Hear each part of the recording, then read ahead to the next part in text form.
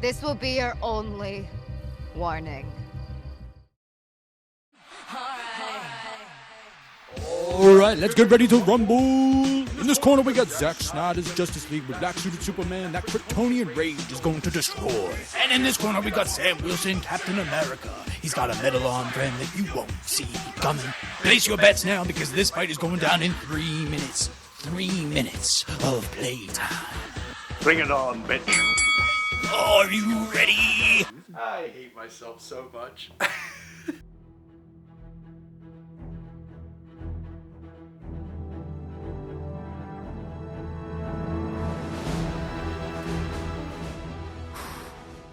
Pardon my soreness, I got knocked off my bike this morning, so I'm taking today a little slow.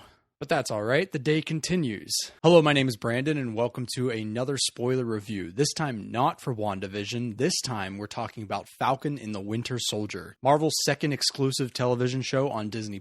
Moving away from the mind-bending trip that WandaVision was, with the artistic creative choices that it made, designing each episode to fit within a different era of television, Falcon in the Winter Soldier is a more clear-cut, cookie-cutter Marvel installment that very much fits in line with Captain America the Winter Soldier and Captain America Civil War, two of my favorite Marvel movies. Actually, Winter Soldier might be my favorite Marvel movie. Which, hold up a minute, what am I doing? Much better. Gotta roll up the sleeves on these big t-shirts. Falcon and the Winter Soldier picks up a few months after the events of Avengers Endgame, after the events of WandaVision, and most likely before the events of Spider-Man Far From Home. So it's important to remember where we last saw our main characters, Sam Wilson and Bucky Barnes. Both of them seen fighting in the Battle of Earth against Thanos' army, and then seeing Steve off on his time travel journey to return the Infinity Stones to their proper destinations, only for him to return a few moments later, but this time as an old man. I think everybody watching Falcon and the Winter Soldier is pretty familiar with this moment at this point, of old man Steve handing the shield over to Sam Wilson and getting Bucky's little nod of approval, and it seemingly being a new shield. I don't know if this is just a design choice, but the little notches and the pattern on the front of the shield make it look like an entirely different shield. Yeah, I get it. The old one was destroyed during the Battle of Earth.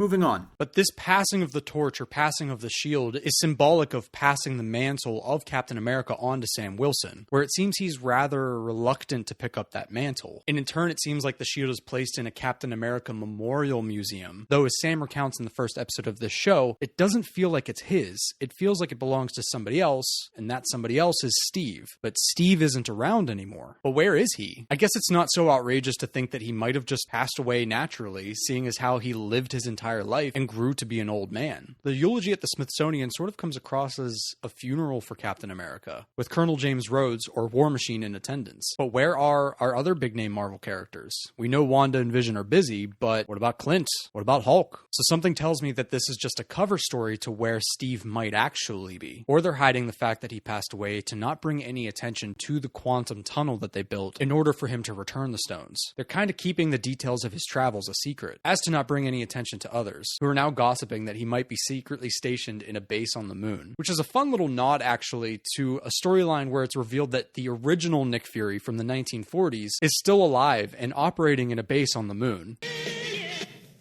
Lunar instructed Gertie to But at the end of the day, Steve is no longer around, and it seems like the Avengers are no longer around as well, which leaves the question, what does Sam Wilson and what does Bucky Barnes do after the fact? It seems like Sam Wilson is still putting up the good fight, taking up government contracts to utilize his Falcon abilities. The first episode opens with a pretty dope action sequence that involves Falcon infiltrating a carrier that has been hijacked by Batroc the Leaper, who we last saw in Captain America the Winter Soldier. The return of Batroc immediately drops us back into the tone of Captain America the Winter Soldier, especially with the stunt choreography and the return of Henry Jackman's theme.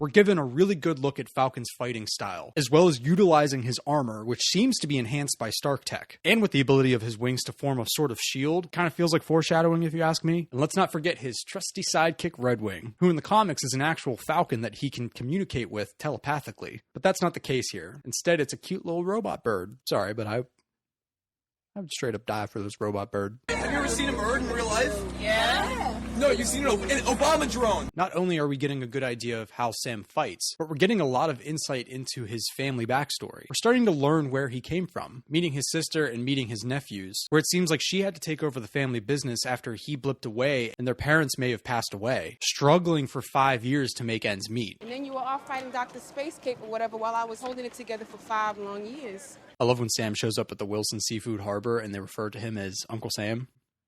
This whole side plot is an interesting dynamic. These are the things that you don't think about when dealing with an absence of half of the population, not to mention the fact that they start to get used to it after 5 years, so that when everybody comes back, it kind of displaces a bunch of people, which is certainly the case when they go to apply for a loan to keep the business afloat, and the bank can't approve them because Sam doesn't have a financial history, seeing as how he's been gone for 5 years.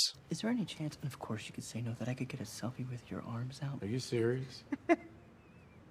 And now that we're on the subject, how do the Avengers make money in the first place? Banker even asks him that. In the comics, this is kind of a topic of discussion too. It's a wonder how all these superheroes are able to pay for their nice homes, their nice cars, their fancy tech. If I had to guess, the MCU is probably very similar to the comics, where there's a trust fund that's overseen by Tony Stark. As he mentions in Avengers Age of Ultron, he pays for everything. And design everything and make everyone look cooler. Plus, there are probably government contracts, especially when S.H.I.E.L.D. was a branch of the government. So all of these different government agencies are probably funding the Avengers. But when S.H.I.E.L.D. falls, that burden falls to Tony Stark to take care of all the funds. I just hope he's not like some of our real billionaires. Better be paying your employees some livable wages there, Tony. I mean, now that he's gone, I guess they're kind of on their own, huh? I mean, Sam says that it's all funded by a level of good fortune. Like, people are funding the Avengers to stay afloat because they're doing acts of heroism for those people. Kind of like a heroes for hire type deal. Interesting to think about. But now that there are no more Avengers, I guess it really is a heroes for hire situation.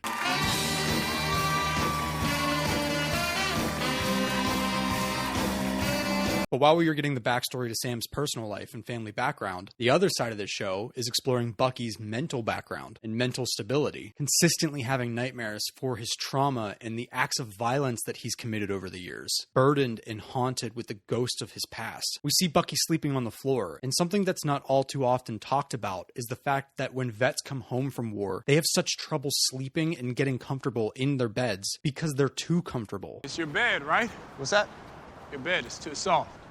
When I was over there, I sleep on the ground, use rock for pillows like a caveman. Now I'm home, lying in my bed, and it's like... Lying on a marshmallow. I feel like I'm gonna sink right to the floor.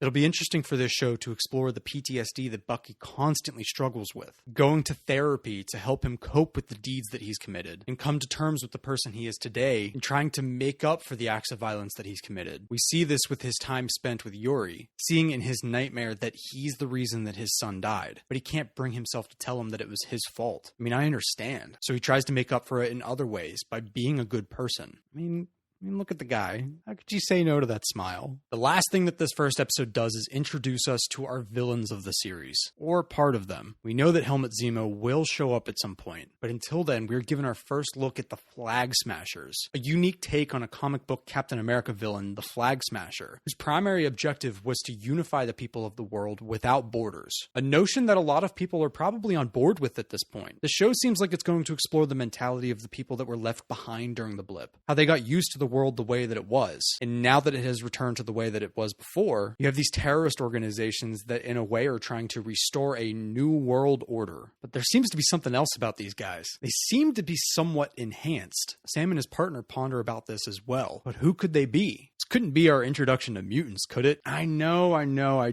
gotta get off the theory hype train that these shows just instill in me. Also, real quick, something that I didn't notice is Falcon's buddy is actually Joaquin Torres, who in the comics is fused with the DNA of the comic version of Red Wing to create this like half bird, half human hybrid. I don't know. It's weird. I don't know if we're going to see that in the show or in this universe. It seems a little out there, but there's potential. But this is a comic reference that I definitely missed on my first and second viewing, and something that I picked up on as I was editing my video. So I thought I'd pop in and let you know. Carry on. Maybe Sam's partner's Mephisto. Stop it, Brandon. Focus. They're probably just super soldiers, very similar to the way that Bucky is a super soldier. We need to kind of keep everything on track with what we've seen with these characters already. So I'm not going to go down the rabbit hole just yet. Maybe after episode 2, where maybe we'll get a little bit more insight into this new Star-Spangled Hero, who, before this episode closes out, is introduced by the US government. John Walker, your new Captain America. She recast Captain America.